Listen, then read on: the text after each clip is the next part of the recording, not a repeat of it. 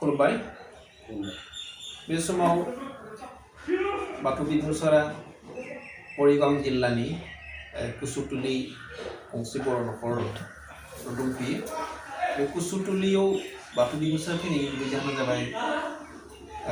मैयानिफ्राय एखनबा 30 आरो 31 बे साननैनि हाबाफारिजों दुलाराय बाथौ गौथुम लाइमोन आफादनि 4थि सावरायमेल बे मरिगाव जिल्लानि कुसुतुली गेलेग्रा फोथाराव जाबाय थादों आरो बे गेलेग्रा फोथारनि खाथियावनो कुसुतुली होननाय गामिया दङ आरो बे कुसुतुली गामिनि न'खरसेयाव जोङो मरिगाव जिल्लानि माखासे बाथ्राखौ रोखायै धोरोङारि बिथिङाव समाज बेबस्था खुंनाय बिथिङाव बिथांमोननि समाज बेबस्था खुंनायाव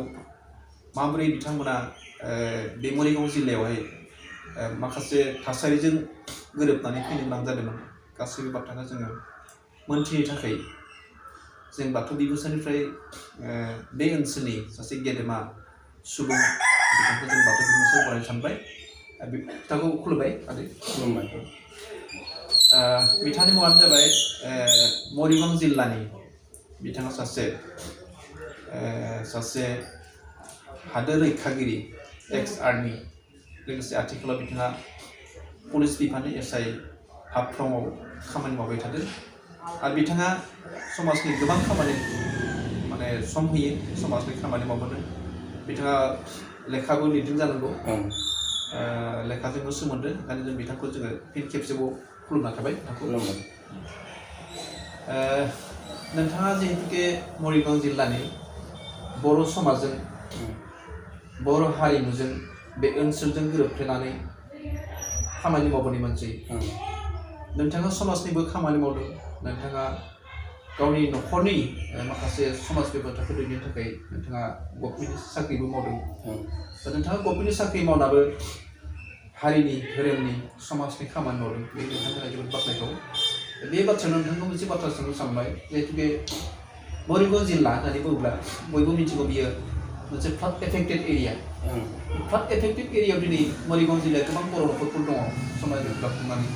दा नोंथाङा मा फोरमायनो सानदों जे बे मरिगाव जिल्लानि गासै बर' सुबुङा फैजेननायनिफ्राय दिनैसिम माबायदि अबस्थायाव सोलिनो गोनां जादों बे सोमोन्दै एसे नोंथाङा खावलायबाय नोंथांखौ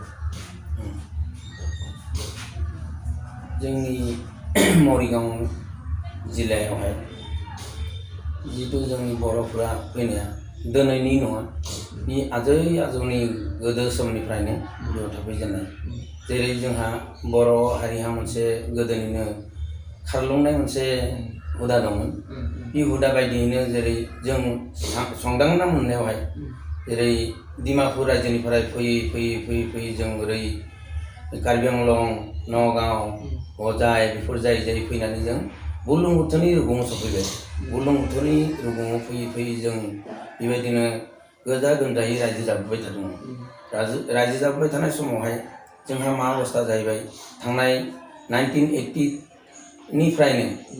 बुरलुंबुथुरा जोंनि गामिफोरखौ जाय एकदम रुगुं सेरथारावनो दंमोन जोंनि बर' गामिफ्रा जेरै दाब' गामि बोरि गामि आमगुरि थुफ्लुंगुरि आरो बिदि दाहाय बे बर' गामि एकदम ग्लामै एसे गोदोनिफ्रायनो बेवहाय जेरावनाखि जोंनि गासै हारिनि हारिमु जेरै खेराइसालि खेराइ फुजा माबा माबि बाथौ फुजानिबो गासै माबा दंमोन बेवहाय जेरै बुरलुंबुथुरा बे समावनो खुरखानानै रुगुं खुरखा जानानै बे गामिफ्रा खारलुंनो नांगौ जाबाय बिनिफ्राय आरोबाव जेरै जोंखौ गोदो गोदायनि खारलुंनाय अयभास थानाय बेफोरबायदि जोंहा बुरलुंबुथुर आफायाबो रुगुं खुरखानानै जोंखौ दाब्रायनायाव जोंहा खमसे खम बेयाव 5-6 गामि दंमोन जायखौ आं गोदो बुंलांखाबाय बे गामिफ्रानो सेरखाय बेरखाय जोंहा हाजारसे खस्थ' जानो गोनां जादों बे दिनै जोंहा बुरलुंबुथुरनि रुगुङावहाय पारमानेन्ट मोनसे माथावरि नांगौ बे माथावरियाबो दिनै जाफुंसाराखै बे बालाजों माथावरि खोबाबो बे बालाजों खोनाय माथावरिया बारा दिन जोरा बे आरोबाव बोसोरफ्रोमबो दैज्लांनि समाव दै फैबानो बारिखांबानो आरो बुफ्लंनानै गामिफोरखौ माने जारला खालामो बेबायदिनो जोंनि बर'फ्रा एसे बेखौबो प्लास पइन्ट मोनसे दं जोंनि बर' गामिनि जेरै गोदो गोदायनिनो जों बा गासै नर्थ इस्ट एरियायावनो पुरा रिजनाव जोंनि बर'निनो ग्लामै गेरेमसा हारि हिसाबै जोंनो राजत्व खालामोमोन गोदो बेबायदियैनो हयथ' आफा बुरलुंबुथुरा जोंनि मोजांनि थाखायसो खालामदों नामा जायफोर गामिखौ बियो माने ओरैबायदि बानायना हरबाय जे नोंथांमोना थां गोदोनि बायदिनो दाब दाब जायगायावहाय न'फा न'ब्रै न'बा 10 घर बेबायदि गामि खुंनानै मोजाङै आरोबाव बिसोर मोजां मोजां खामानि मावदों बेबायदिनो दिनै बे बुरलुंबुथुर रुगुंनिफ्राय फैनानै होखारजानानै जों बे कुस्थुलि गामियावबो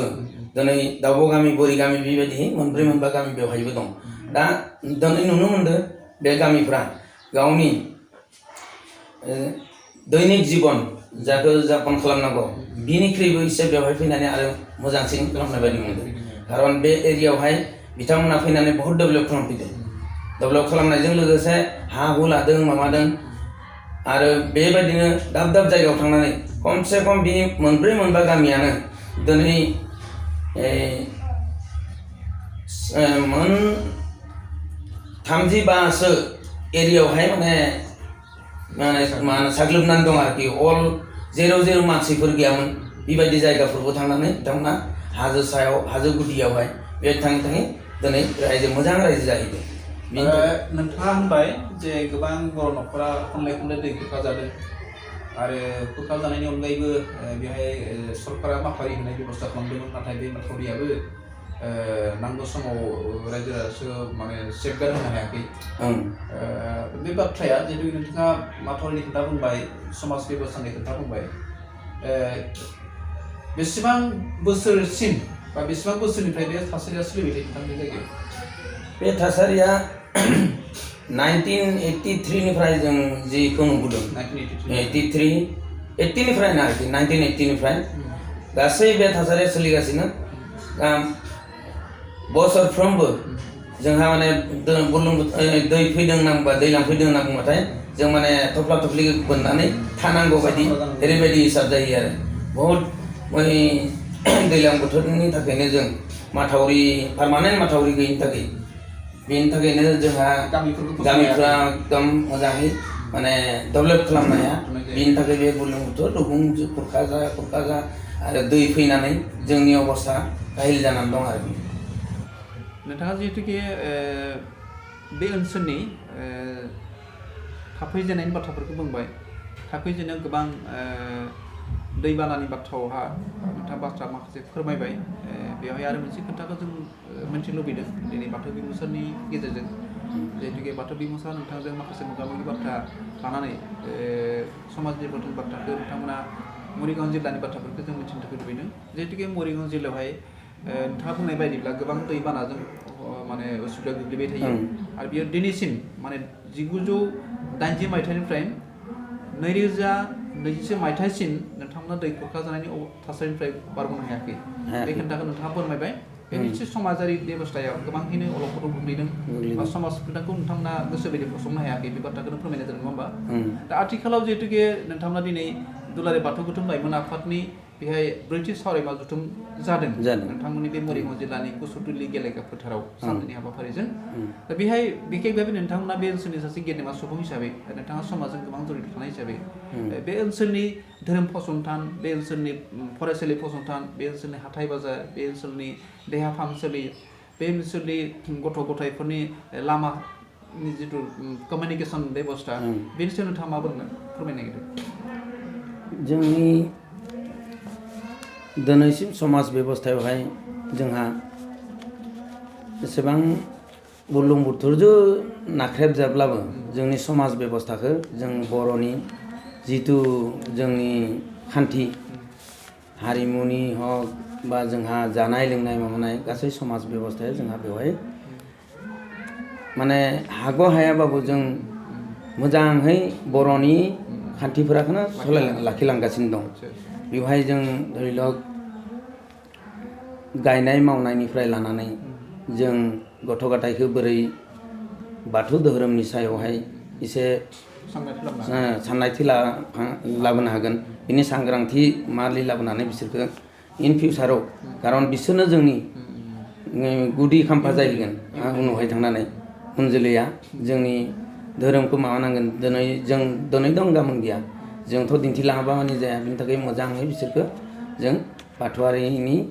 बाथौ धोरोमनि सायावनो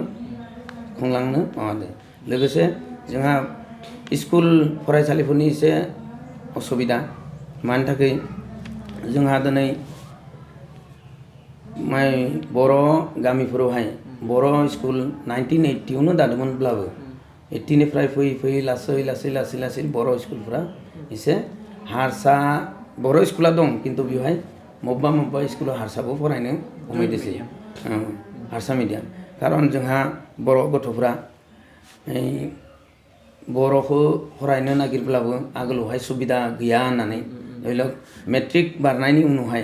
मेट्रिकनि उनावहाय सुबिदाया एसे असुबिदा जायो खारन थांनानै डाइरेक्ट मेट्रिकनिफ्राय इंलिश मिडियामाव फरायनांगौ जायो बे मोनसे बिजोंनि असुबिदानि थाखाय जानो हागौ थारमाने जोंनि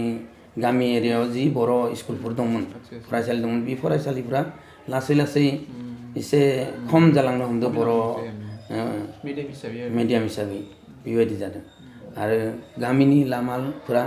लामाफोरखौथ' सरकारा होदोंनो बोसोरफ्रोमबो दैबाना फैयो नालाय बिनि थाखाय लामाफ्रा बोसोरफ्रोमबो लामाफोरखौ खुरखा जानांगौ जायो सरकाराबो बोसोरफ्रोमबो एसे मेरामति खालामो आरो मोनसे बोसोरावहाय गाज्रि जाफिनो आरोखि बेबायदिनो एसे असुबिदा जायो खिन्थु थेवबो सरकारा माखासे स्टेप लादों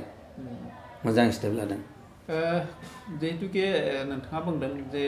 लामानि बाथ्रा बिदिनो फरायसालिनि बाथ्रा बिखेखै भाबे फरायसालियाव बुंदों नोंथाङा जे मिडियामनि खेथ्रआव नोंथाङा बुंबाय जे खाथि खालायाव जिहेतुके हायार सेकेन्डारि लेभेलाव थाङोब्ला जुदि बर' मिडियामावहा फरायनानै मेट्रिक पास खालामोब्लाबो जुदि हायार सेकेन्डारियाव फरायनो गोनां जायोबा गुबुन मिडियामाव इंराजि मिडियाम बा असमिया मिडियाम बा गुबुन मिडियामावहाय उसुबिदायाव गोग्लैहैयो बेनि थाखाय नोंथांमोननि जायगानि माखासे बर' बिजोंफ्रा बे असुबिदाफोरखौ नुहुरनानै बा मिथिनानै मोनदांनानै बर' बिजोंनिफ्राय फरायनायनिफ्राय एसे साननो गोनां जादों होननानै नोंथांनि बाथ्रानिफ्राय फोरमायनो मोनथिनाय जादों बाथ्राया नंगौ जिहेतुके अब्लाबो दिनै बर' थुनलाइ आफादा बर' बिजोंखौ जेसेबां हागौ गुवारनिफ्राय गुवार महराव लांनो थाखाय गोबां नाजागासिनो फरायसा आफादाव बेनि खामानि मावबाय थादों बेबायदिनो नोंथांमोना जिहेतुके बे गोबांथार बर' न'खर बा ओनसोलफोर दङ बेहाय हयथ' हाइ स्कुलबो दङ बेबायदिनो गुदि फरायसालि गेजेर फरायसालिफोर दङ बेहाय गोबां बर' मिडियामनि फरायसालिफोरबो दङ नङा होमबा बेहाय मोनसे बाथ्राखौ नोंथांमोना नोजोर माबोरै लादों जों मिथिला दिनै नोंथांनि गेजेराव फैनानै जों खोथाखौ मिथिनो सानदों जे बर' मिडियामखौ फोथांना लाखिनो नांगौब्ला जोंनि गासैबो बर' सुबुंनि बर' ओनसोलनि रायजो राजाफ्रा गोबांथारानो माने बिहोमा थानांगोन आरो बिबान लानांगोन बे हिसाबै नोंथाङा बर' मिडियामखौ फोथांना लाखिनायनि बेलायावहाय माबायदि बाथ्रा बुङो बर' मिडियामखौ फोथांना लाखिनो थांनाय बेलायावहाय जों जेरै जोंनि फोरोंगिरि बा जिखुनु साख्रि खालामनाय बेक्ति बर' मानसिफ्रा गावनि फिसाफोरखौ एक्सुवेल बर' स्कुलावनो फरायनांगौ जों दिनै नुनो मोन्दों गथ'फोरखौ मोजां फरायहोनांगौ होननानै टाउनावहाय शिफ्टिं जालांहैदोंसै गोबाङानो साख्रि मोनबाय टाउनाव शिफ्टिं जाहैबाय नोगोरारि जानानैसो जालांहैदों बेबो जाहोन मोनसे जायखि जाया बे जाहोननिखौ माने जोंनि बर' स्कुलावहाय बर' फरायसाफोरखौ मोजां थिखो थाखो गोख्रोङै लांनोब्ला जोंनि गामि माने बर' साहित्य सभानि जोंनि डिस्ट्रिक्ट लेभेलाव जायफोर बिबानगिरिफोर दं बिथांमोना नोजोर होनायाथ' होदों खिन्थु अन ग्राउन्डआवहाय मोजाङै माने रायलायना बुजायनानै माबानांगोन खिन्थु बेयाव बाख्नायनो गोनां बाथ्रा दङ जोलखाबारि गामियावहाय जोंहा बर' स्कुला दाबो हारसा स्कुलनि मिडियामखौ हाबनो होआखै आरोखि बेबायदिनो बिथिं बानमोरि होननाय गामिबो दं बेवहायबो माखासे माने बिथांमोना मानि थाखाय बर' मिडियामखौ बारा माबानानै लादों गुबुन जायगानि धरिलक मरिगाव माने टाउन एलेकायाव जेरै माने बर' स्कुल गैया नालाय बेवहाय हारसाखौनो डाइरेक्ट फरायनांगौ जादों खिन्थु बेवहाय मानि थाखाय लारिगाथआव मोनसे बर' हाइ स्कुल दंखायो हाइ स्कुल आरो गेरुवा बियाबावबो हाइ स्कुल मोनसे दं हरै जागिर'दावबो दं हाइ स्कुल मोनसे टटेल बे हाइ स्कुलफोर थानायनि थाखाय थारमाने गथ'फ्रा सानो जि जों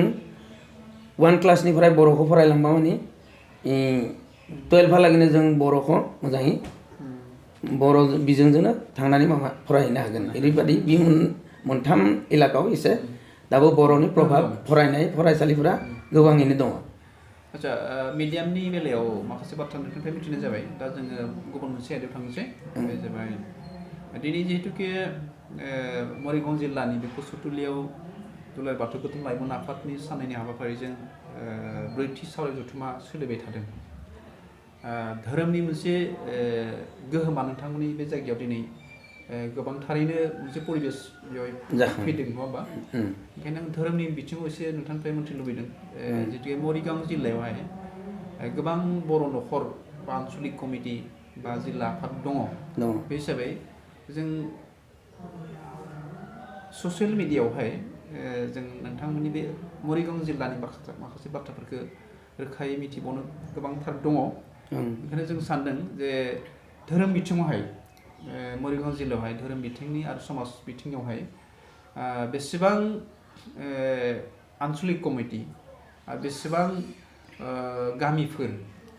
बे गामिफोर आरो आनसलिक कमिटियावहाय जोंनि बाथौ धोरोमारि सुबुंफोरनि गेजेरावहाय बेसेबांखिनि थानसालिफोर दङ आरो बे धोरोम सिबिनाय बेलायाव बे मरिगाव जिल्लायाव माबाफोर बेबायदि जाथाय जादों नामा जे बाथौ धोरोम सिबिनानै न'खराव गोसोनि साननायफ्रा जाबायदि मोनदांनांगौ बिदि मोनाखै बा गुबुन धोरोम सिबिनानैसो मानसिनि अनसायनाय मोन्दों बेबायदि मरिगाव जिल्लायावहाय बर'फोरनि गेजेराव बे धोरोम बेलाय सिबिनाय बेलायाव माबाफोर बेबायदि मा फोरमायनो सानो नोंथाङा? दिनै जोंनि मरिगाव जिल्लायावहाय गासै बर' गामिया मोन 53 गामि दं। 53 बर' गामि दं। बे 53 बर' गामियावहाय जोंहा बाथौ थानसालि गासैनि गामियावबो मोनसे मोनसे बाथौ थानसालि दं। बेवहायनो आरो जोंहा बे 53 बाथौ थानसालिनिफ्राय 5 बाथौ थानसालिया जोंनि आनसलिकनि आरोखि। जोंनि गासै मरिगाव डिस्ट्रिक्टआवहाय 8टा आनसलिक दं। 8टा आनसलिकनि बावैसो मोनसे दमाल आनसलिका 2020आवहाय गायसननाय जादों आरो गोदो 7 बाथौ थानसालिखौ 2006निफ्रायनो गायसन फैनानै जों 2008आव कमप्लिट खालामनाय जादों आरो बिनि मोनसे गामि मोनसे दं। बे गामिया जाबाय भुरबान्दा आनसलिक बर' बाथौनि आनसलिक। बे आनसलिकआ एसे बिसोर हारसाल' रायलायो। बिथांमोना बेसे गुरुत्त होआखै आरोखि। बर' बाथौआरि गुबुन हारिनि थाखाय बिथांमोना एसेबां गुरुत्त होआखै। खिन्थु जों बिसोरजोंबो जगाजग लाखिनानै दा बाथौ थानसालिखौ गंफा गंनै गायदोंसै न'खरनि खिन्थु आनसलिकनिखौ गायसंनाय जायाखै। आनसलिकनिखौ गायसंनाय जागोन। मरिगाव जिल्लायावहाय जिहेतुके जिल्ला हिसाबै जिल्ला आफाद दङ। जिल्ला हिसाबै आनसलिक कमिटि दङ। आनसलिक कमिटिनि उनाव गामि आफादफोर दं नङा होमबा? दं। बाथ्राया बेखौनो रोखा बुजिनो लुबैदों बे डिस्ट्रिक्ट कमिटिनि गेजेरावहाय जिहेतुके लाइमोन आफाद माइनाव आफादफोर दुलाराय बाथौ गोथौनि आवथायावहाय बिदिनो पेरेलेल बडि जेब्ला दङ आफाद जिल्ला आफादनि सिङाव माइनाव आफाद थायो। माइनाव आफादजों लाइमोन आफाद थायो। बेबायदि नोंथांमोननि जिल्लाफ्रावहाय आनसलिक कमिटि गामि कमिटियाव लाइमोन आफाद माइनाव आफादफोर दाफुंनाय जादोंमोन जादिया? दाफुंनाय जादों। मोननैसो आनसलिकआव दाबो बाखि दं आरोखि दाफुंनो। जोंहा मरिगाव नोगोर बियाबावबो माइनाव आफाद लाइमोन आफादनि जोंहा आनसलिक दाबाय आरो गेरुवा बियाबावबो दाबाय जलखियाबारियावबो दाबाय आरो दाहाय बे मोनथाम बियाबाव दाग्रोबनाय जादों आरोखि। दाबो जों नाजागासिनो दं दालांनो थाखाय। बे आनसलिक कमिटिफोर दङ दादों होननानै नोंथाङा बुंदों। बे गामि आफादफ्रा आरो आनसलिक कमिटिफ्रा मा बे मरिगाव जिल्लानि बा आनसलिक कमिटिफोरनि थाखाय खामानि मावो होननानै नोंथाङा माबायदि मोनदांनाय माबाफोर मोनसेफोर दं नामा? मोनदांनाय बिनिनो आंबो सासे दैदेनगिरि। मानि थाखाय जों दहाय एसे बुंलांनाय बायदिनो जों लाइमोनफोरनि मावनो गोनां जोबोर खामानि दं। खारन लाइमोन बैसोनिफ्रायनो उन्दैनिफ्राय लाइमोन बैसो सहैनायालागैनो जों जुदि बाथौ धोरोमजों लोब्बा थानानै बाथौ धोरोमखौ सोलोंनानै बिखौ जुदि जों मानसिफोरनि आगोलाव फोसावनो हायो जायफोर बर' जानानैबो बाथौ धोरोमखौ माने गोनो गोथो जाना दं सिबिनायावहाय बाथौ धोरोमखौ सिबिबासो हामगोन ना गुबुन धोरोमखौ सिबिबासो हामगोन बेबायदि गोनो गोथो जानायखौ बे लाइमोन आरो माइनाव हान्जाफोरासो जोंहा गामि गामि लेभेलाव थांनानै बुजायनानै बिसोरखौ मोजां गोख्रों जोंनि बाथौ धोरोमनि सिबिनायावनो बोजबना लाबोनायखौ आं बेखौ नाजादों आरो जों माने गासै माबाफ्रा आरोखि जों बेयाव लाइमोन हान्जाफ्रा लाइमोन आरो माइनाव हान्जाफ्रा नाजागासिनो दं आरो लोगोसे आंनि साननायाव गथ'फोरखौ जों ओरैबायदि सोनांगौ जे जों बर' होनना बुंबा एक्सुवेल बाथौआरि जुग जानो नांगौ खारन जों अलरेडि मोनखाजोब्बाय जे जों गोदो लिरोमोन जोंनि समाव बर' होनना बुंबाबो जों हिन्दु लिरोमोन खिन्थु जों दा लिरनो हानाय जोंहा माबा मोनबाय मोनथाय मोनबाय बाथौइजिम लिरनो हायो जों बाथौआरि लिरनो हायो गतिके आरो लोगोसे बेखौबो मिथिनानै आं गोजोननाय मोनबाय जों दिनै बाथौआरिफ्रा गावनि पार्सनेल गारिफोरबो लाबा बे पार्सनेल गारिफोरावबो जे जोंनि बर'नि जि बाथौआरिनि लग' बेखौ सिम्बलखौ लिरनो हायो लग' बेखौ बिनि थाखाय आं जोबोद माने गोजोननाय मोनबाय आरो जों हयथ' धोरोमखौ फोसावनो थांनायाव सिबिनो थांनायाव माखासे मानसिफोरजों गुबुन जोंनि बर'फोरजोंनो बुंजानो गोनां जाहैदों जे जोंनि धोरोमा गुबुन गोदो ओरैसोमोन दा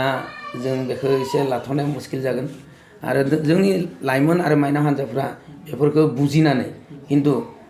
बेबायदि न'खरनि गथ' गथाय जानानैबो बिथांमोनहा जोंखौ बुङो आरोखि जोंनि गिदिंना जि आइडिया मोनदों बिथांमोना बुङो आंनि आइ आफामोना एसे गोदोनि माने थिंकिं दं बिसोरनि माइन्दआवहाय बिसोर दा ग्लामैनो बर' बाथौ धोरोमाव फैनो नाजानाय नुवासो गोब्राब फैनायाव खिन्थु बोथोरा बारलांनाय लोगो लोगो बिथांमोननि समा थांनाय लोगो लोगो जों फुरा रेडि दं जों लाइमोन आरो माइनावफोरा फुरा दं बिसोरनि पिरिया जोबलांनायनि उनाव जोंनि पिरिया पाक्का जों बर' बाथौ धोरोमखौनो जों आजावथारगोन होनना जेफोर थानसालिफोर नोंथाङा नुनो मोन्दों जे 52 गामि बिथोराव बांसिन गामियानो थानसालि लुफुंबाय होननानै नोंथाङा बुंदों बे थानसालिफोरखौ नोंथांमोना गामिनि अनसुंथाइजों लुदों ना सरकारा बेनि माबा बेबस्था राहा खालामाखै नोंथांमोना सरकाराथ' होगोन होननानै बुंगासिनो दं खिन्थु सरकारा बेबायदि मोननाय जायाखै थानसालिनि मुङै खिन्थु जों गावनि अनसुंथाइ खांज्लायनानैनो सोरबा साख्रियालफोरनिफ्राय एसे बारा अनसुंथाइ लाबाय गामि न'खरनिफ्राय जा आबादारिफोरनिफ्राय जा एसे बिथांमोना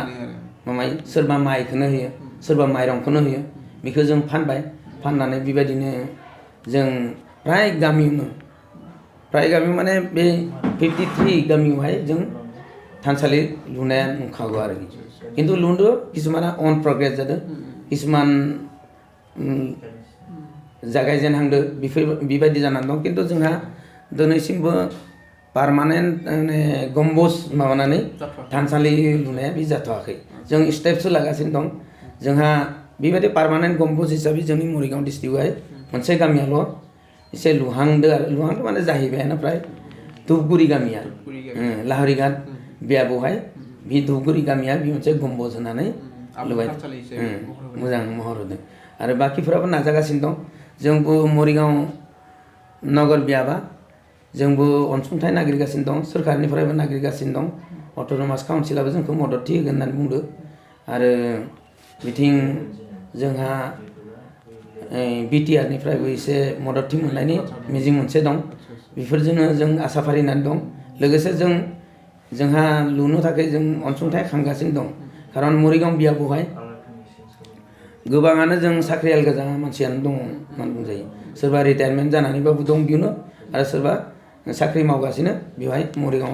नगर बियाबाव सेटेल जानानै दं बे नगर बियाबनि सेटेल जानायाव दाब गामिनि मरिगाव डिस्ट्रिक्टनिल' नङा नगाव डिस्ट्रिक्टनिबो मानसि फैनानै बेवहाय जोंनि मरिगाव डिस्ट्रिक्टनि जानानै अनसुंथाइ होनानै जों थानसालिखौ लुनो नाजागासिनो दं बे थानसालि लुनायनि आगोलावनो जोंहा खाथासे हा लादों आरोखि बेवहाय जोंहा नोगोर बियाबबो दं आरो गामिनि बाथौ आरो समाजनिबो दे बे हाखौबो जों अनसुंथाइ खांजालायनानैनो बेखौ लानाय जादों आरो जोबोद मोजां बाथ्रा नोंथाङा जिहेतु दिनै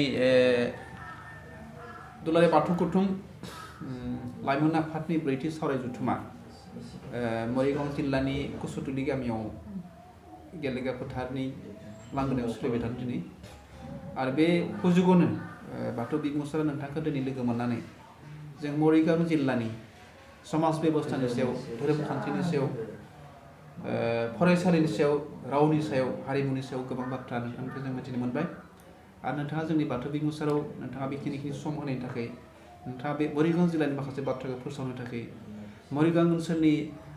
धोरोम सिबिनायनि बेलायाव बबे अलखदाव गोग्लैदों बा मा थासारि दं बेखौ गासैखौनो फोसावनो थाखाय जोङो बाथौ बिबुंसार जानानै नोंथांखौ जोङो बे हाबाफारियाव मोननानै नोंथांखौ जोंखौ सम होनानै नोंथांनि ओनसोलनि माखासे बाथ्रा फोसावनो थाखाय जों बाथौ बिबुंसार जानानै नोंथांखौ जोङो अराय सिबिनाय आरो खुलुमनायखौ जासिगोन लोगोसे दिनैनि जा बाथौ बिबुंसार दसे सम मोगा मोगि हाबाफारियाव जों नोंथाङा सम होनायनि थाखाय जों बाथौ बिबुंसार जानायनि थाखाय जोबनायाव जोंनि अननाय आरो सिबिनायखौ बावहरनानै फैगौ मागो दमासि आरो गोथार बाथौ साननि बरायनायजों लोगोसे दिनै जिथु सुंद' सावरायनाय हाबाफारि एसेनो फोजोबनाय जाबाय खुलुमबाय।